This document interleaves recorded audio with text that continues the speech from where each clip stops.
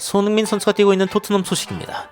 이 장면은 토트넘과 첼시의 경기 67분 장면, 토트넘의 모든 수비진이 일렬로 서 있는 굉장히 기괴한 모양입니다. 이 장면은 현재 축구계에서 전무후무한 굉장히 충격적인 장면이다 라는 이야기가 나오면서 센세이션이 되고 있는데, 이에 대해서 애슬레틱에서 기사가 나왔고, 그리고 애슬레틱에서 운영하고 있는 T4IRL에서도 직접적으로 다루는 상황이 발생했습니다. 그래서 어떤 이야기들을 하고 있는지 놀라운 논란을 통해 바로 들어가 보시죠.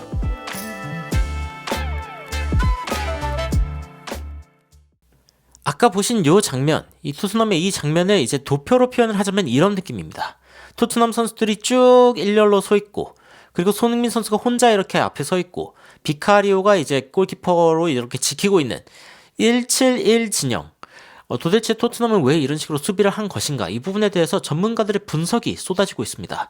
아니, 그도 그럴 게 일반적인 경기들의 대결에 대해서 이야기를 하다가 토트넘의 이 진영은 정말 이 축구사에서 남을 수 있는, 정말 길이 남을 수 있는 어떤 그런 장면이기 때문에 수많은 전문가들이 도대체 이거를 왜 한 걸까? 이거부터 시작해가지고 이게 정말 효과적인 전략이 맞냐? 토트넘이 제대로 된 결정을 한 게 맞냐? 이 부분에 대해서 지속적으로 이제 질문을 하고 있거든요. 그래가지고 이제 이 T4IRL 그리고 애슬레틱에서는 어떤 이야기를 했는지 좀 살펴보도록 하겠습니다. 자, 그러면은 우리는 이 장면을 좀 살펴볼 필요가 있는데, 67분 장면, 이 토트넘의 수비 장면이 이렇게 일렬로 들어선 굉장히 이제는 유명해진 그런 장면입니다. 그런데 문제가 뭐냐면은 토트넘이 처음부터 이렇게 수비를 했냐? 그러면 그건 아닙니다. 이 경기를 보신 분들이라면 알겠지만 토트넘의 수비는 사실은 점점 더 압축되는 모습을 보여줬는데, 그 과정을 좀 보여드리도록 하겠습니다. 자, 전문가들도 이야기합니다. 토트넘이 왜 이렇게 수비를 하는 걸까? 이 장면에 대해서 이제 물음표를 던지고 있는 그런 전문가들의 모습을 볼 수 있는데, 자, 보시면은 토트넘은 이제 일렬로 쭉 줄이 서 있고, 그리고 첼시 선수들은 이제 공을 잡고 있는데 언제 이제 뛰어나갈지 고민하고 있습니다. 그런데 자, 일단 옵사이드로 있는 이 사람들, 이 사람들은 왜 이런 거냐라고 했을 때, 사실은 이 중간에 있는 친구들은 옵사이드여도 상관이 없습니다. 첼시가 몇 번의 이 토트넘의 뒷공간을 노려가지고 패스를 해보려고 했는데, 이게 결국에는 비카리오 선수의 선방에 의해서 날아갔습니다. 그래가지고 이 중간에 있는 선수들에게 직접 전달할 리는 없습니다. 그러면은 이제 측면적으로 공을 전달을 하면서, 그러면서 첼시의 골이 터지기 시작했거든요. 그런데 처음에 토트넘이 이제 어떻게 했냐? 원래 토트넘은 애초에 11명이 있어도 굉장히 높은 라인을 유지하는 팀입니다. 그렇기 때문에 이제 애초에 수비 라인을 높게 잡는 컨셉의 팀이다라는 거를 일단은 알아두고 갈 필요가 있고, 그런데 이런 상황에서 왜 상대팀은 이 토트넘의 뒷공간을 공략하지 못하냐라고 했을 때, 사실은 두 가지 이유가 있습니다. 이 첫 번째 이유는 비카리오 선수가 스위퍼 키퍼로서 이 뒷공간을 지키는 스위퍼 역할을 굉장히 잘해주고 있다는 점, 그리고 두 번째는 공이 전개되려고 할 때 손흥민 선수, 메디슨 선수 등 이 수많은 선수들이 재빨리 압박을 한다는 겁니다. 손흥민 선수가 압박을 하지 않으면 이 뒷선에서 이제 여유롭게 보다가 타이밍 맞춰서 줄 수도 있겠죠. 그런데 손흥민 선수가 우다다다 달려오고 있으면은 이거 빨리 차야 된다라는 생각 때문에 밖으로 돌리거나 가까운 쪽으로 이제 시야가 제한되기 시작하는 거죠. 그렇기 때문에 이 부분이 이제 토트넘이 수비하는 원래 컨셉이다, 이 부분을 알아둘 필요가 있습니다. 그런데 이제 토트넘의 선수가 한 명씩 빠지기 시작합니다. 그러면서 이제 더 기괴해지죠. 이제 이 해설자의 놀라는 표정을 볼 수가 있는데, 토트넘이 두 명의 선수가 빠져나가게 됩니다. 자, 손흥민 선수를 여기에다 그려놓은 이유는, 자, 이 토트넘이 하이라인을 만든 이유가 뭐냐, 높은 라인을 만든 이유가 뭐냐라고 했을 때, 낮은 위치에서 공격을 하다 보면은 손흥민 선수가 여기에서부터 공격을 해야 된다. 그런데 이제 높은 위치에서 공격을 하다 보니까 손흥민 선수가 여기서부터, 그러니까 이 앞자리에서부터 공격을 할 수 있다. 그러니까 무슨 뜻이냐면은 포스테코글루 감독은 이 경기에서도 골을 넣고 이기고 싶었다, 이 부분이 가장 중요한 거다라고 이야기를 합니다. 그리고 이제 수비 1선과 더불어서 수비 2선의 역할도 굉장히 중요한데, 이런 식으로 경기 운영을 하기 위해서는 사실상 이 최전방에서 아까 이야기했던 이제 전방 압박을 해줘야만 이 뒤쪽으로 가는 공들을 좀 막을 수 있습니다. 그래가지고 손흥민 선수 보면은 이 두 명이 퇴장당한 상황에서도 손흥민 선수가 미친 듯이 전방 압박하는 장면을 볼 수 있습니다, 실제로. 그런데 문제가 뭐냐? 이 수비 2선들이 정확히 말하면 로메로와 반더벤의 부재가 있죠. 이 부분이 신경 쓰이다 보니까 이 선수들이 앞으로 나오지를 못합니다. 앞으로 나오지를 못해요. 그래가지고 점점 더 이제 뒤로 밀려나기 시작합니다. 그런 장면이 이제 경기에서도 볼 수 있는데, 처음에 토트넘의 수비 2선과 수비 1선은 공간이 좀 있었습니다. 이게 사실은 10명 뛸 때의 토트넘이거든요. 맨 앞에 손흥민 선수 있고, 클루셉스키도 이제 맨 앞으로 오고, 그리고 이제 3명의 토트넘 선수들이 있고, 뒤에 4명의 토트넘 선수들이 있어가지고, 이런 식으로 이제 뭔가 좀 버티는 양상을 보여줬는데, 그런데 한 명 더 퇴장당하고 나니까 점점 더 압축이 됩니다. 아까 이야기했던 이 3명의 선수들이 이제 공을 향해서 달려가는 그런 상황들이 벌어지지 않는 것이죠. 이 상황들이 이제 점점 더 막히게 되고, 그리고 결국에는 어느 지경까지 가느냐? 완전 압축되기까지. 이게 뭐 수비 라인인지 미드필더 라인인지 구분조차 할 수 없는 수미 일체. 수비와 미드필더가 일체가 되어버리는 이런 상황이 지금 토트넘에 발생하게 되는 겁니다. 이 상황이 결국에는 좀 토트넘에게 독이 됐다라고 이야기를 하고 있는 건데, 그러면은 보통 선수들이 한 명 빠지거나 두 명 빠지면은 어떤 식으로 토트넘이 운영을 해야 되냐?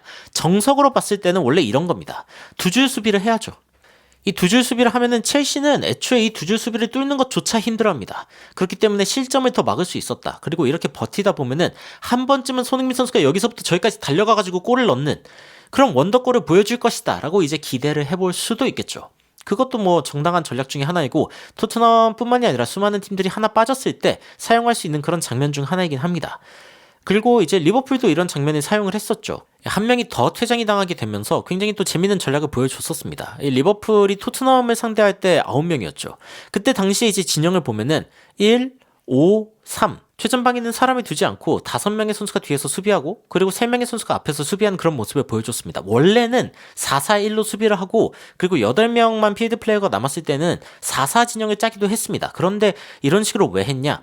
토트넘이 공을 측면으로 배달을 하고, 뭐 이쪽 측면이든 저쪽 측면이든 주고, 그리고 측면에서 크로스를 날리는 것이 이 리버풀에게 가장 위협적인 전략이라는 것을 알았기 때문에, 그렇기 때문에 사실상 이 측면에 선수들을 배치를 한 거고, 이런 상황 가운데에서 실제로 토트넘이 이제 크로스를 넣고, 그리고 마팁이라는 이 마팁 선수가 이제 자책골을 넣으면서 결국에는 이제 골이 들어가게 되는데, 여하튼 리버풀은 나름 컨셉이 있었습니다. 그리고 이제 어떤 식으로 또 운영을 했었냐면은, 리버풀이 한 명이 퇴장당했을 때 가장 많이 쓰는 전략 중에 하나는 일단 4명 수비 라인을 구축해 놓은 다음에 공격형 미드필더 한 명이 공격에 참여하는 겁니다. 그런 식으로 순식간에 이 최전방에 있는 누네스라던가 살라 같은 선수들에게 이제 지원을 하는 그런 방식으로 이제 수를 늘리면서 좀 효과적으로 빌드업을 하려고 하는 그런 클롭의 접근을 볼 수 있습니다. 그러니까 한 명이 줄어들거나 두 명이 줄어들었을 때 클롭의 접근은 어쨌건 좀 상식적이다, 혹은 어떻게 보면은 굉장히 합리적이다라고 이야기를 할 수 있는 부분이죠.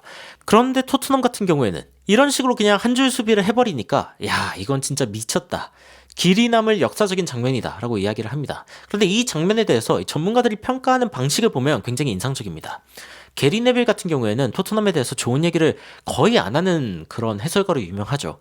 평소에는 뭐 토트넘에 대해서 비판을 굉장히 많이 하는 그런 해설자이기도 합니다. 그런데 게리 네빌이 그런 식으로 이야기하죠. 솔직히 토트넘의 9명 선수들 잘했다고 말해야 한다. 그리고 이제 질문자가 멍청하냐 아니면 용기 있는 거냐, 토트넘의 전략 이게 맞냐 이렇게 이야기하는데, 그렇게 말할 수 있는 게 아니다. 모든 팀들은 이제 팀을 상대하는 방식이 다르다라고 이야기를 하는 모습을 볼 수 있고, 토트넘은 진짜 미쳤고 역습에는 절실함이 있었다라고 이야기를 하면서 토트넘을 인정하는 모습을 보입니다. 그리고 뭐 자기 자신이 감동받았다 뭐 이런 식으로 이야기하진 않지만 관중들을 설득해내지 않았냐, 이 선수들이 보여준 그런 경기력이 그만큼 설득력이 있었다라고 이야기하는 게리 네빌의 모습을 볼 수도 있습니다. 그리고 그 영상의 코멘트에는 토트넘 팬들이 진짜 미쳤다, 이 경기에서 이제 뭐 팀은 자폭을 했지만 뭐 이런 식으로 이제 이야기를 했습니다. 그런데 이 상황에 대해서 이야기하는 이 전문가는 이렇게 이야기합니다. 토트넘이 틀렸다고 생각한다면은 남들이 다 하는 대로 그냥 사세요. 그러면서 토트넘이 보여준 이 전략에 대해서 단점만 지적할 수 없다. 토트넘은 분명히 공격을 하려고 했고 손흥민을 앞에 둔, 아니 세상에 2명의 선수가 줄어든 팀이 누가 공격수를 둡니까? 그런데 손흥민 선수를 앞에 두면서 손흥민 선수가 기어코 골을 넣게 하겠다라는 의지가 담겨있는 전술이 바로 이 장면이다 라는 것입니다.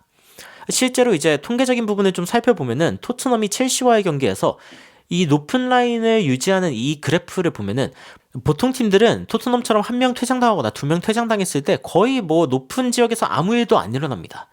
높은 지역까지 올라가는 것 자체가 거의 불가능하다라고 봐도 무방할 정도로 이게 하이라인 이벤트, 높은 라인에서 몇 개의 이벤트가 발생했느냐라고 하는 건데 대부분 5개의 숫자를 넘어가지 않습니다. 그런데 토트넘은 12개나 있었습니다. 이거는 압도적으로 토트넘이 뭔가를 득점할 수 있는 어떤 확률이 있었다.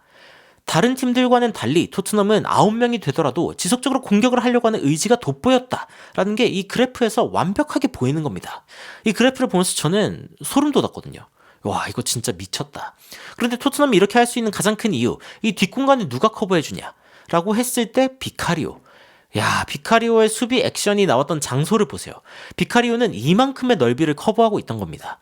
그나마 비카리오가 커버할 수 없는 측면으로 공이 갔을 때, 아예 측면적으로 공이 갔을 때에서야 이 첼시가 골을 넣을 수 있었을 정도로 이 비카리오의 수비 범위는 장난이 아니었습니다.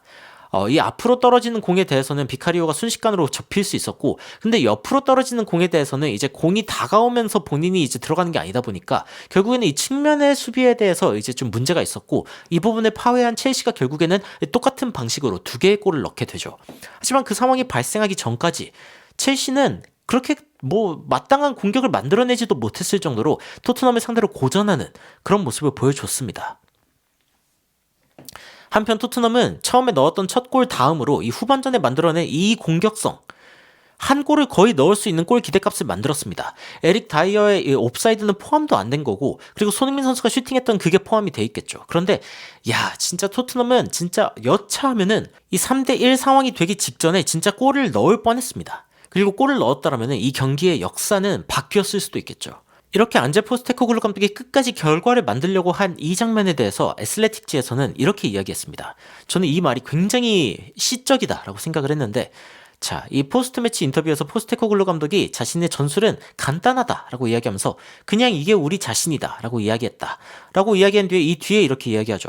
내가 여기 있는 동안은 결국에는 우리는 이렇게 뛸 것이다. 그런데 이 말을 들은 애슬레틱의 기자가 이런 식으로 썼습니다. 그의 토트넘은 더 이상 완벽하진 않다. 하지만 팬들을 즐겁게 해주는 엔터테이너로서는 토트넘은 여전히 무패 행진 중이다. 이거 너무, 제가 이거를 딱 읽자마자 대단하다 막 이런 생각이 들었습니다. 애슬레틱 역시 돈 주고 볼만한 그런 언론이다. 고품격 언론답다 라는 그런 생각이 들었습니다. 손흥민 선수와 안제 포스테코글루 감독이 이제부터 해결해 나가야 할 일들이 굉장히 많지만, 토트넘과 첼시의 경기에 대해서 비판을 하시는 분들 중에 단순히 이렇게 하는 것이 옳다라는 이유로 이제 토트넘을 비판하시는 분들이 있다면은 그것만큼은 저는 이제 인정을 할 수가 없습니다. 왜냐면 축구 전술은 그냥 감독이 하고 싶은 대로 하는 거기 때문입니다. 포스테코글루 감독은 닭공을 택했고 9명이 있는 상황에서도 공격을 할 수 있다라는 것을 보여줬습니다. 그리고 통계적으로도 증명했죠. 물론 그것이 가능하기 위해서는 특수한 선수들이 필요합니다. 1번 비카리오, 2번 손흥민 같은 선수가 없으면은 토트넘은 그런 전략을 쓰지도 못했을 겁니다. 그리고 비카리오 같은 키퍼가 없으면은 이 전략은 당장 무너졌겠죠. 하지만 토트넘은 이 상태에서 진짜 오래 버텨냈고, 그리고 여차하면 이길 뻔했다. 이 부분이 중요한 거 아닐까요? 그리고 늘 그랬듯이 포스테코글루 감독은 이 토트넘의 어떤 이 스쿼드에서 어떻게 강점들을 뽑아낼까에 대한 고민을 할 거고, 그리고 그것을 현실로 이뤄낼 그런 감독이라고 생각합니다. 그래서 안제 포스테코글루 감독 그리고 손흥민 선수를 믿으면서 다음 토트넘 경기를 기다려 보도록 하겠습니다. 토트넘에 대해서 전해지는 재미있는 외신 소식들 그리고 분석들이 있으면은 전달해 드리도록 하겠습니다. 여러분들의 의견 댓글로 달아주시면 더욱 진정성 있는 그런 이야기로 찾아오도록 하겠습니다. 이상 놀라운 논란 미스터 논란이었습니다. 시청해주셔서 감사합니다. You are my sunshine, my only sunshine. You make me happy, home and away. And when it's pouring, you keep on scoring. So please don't take my sunny away.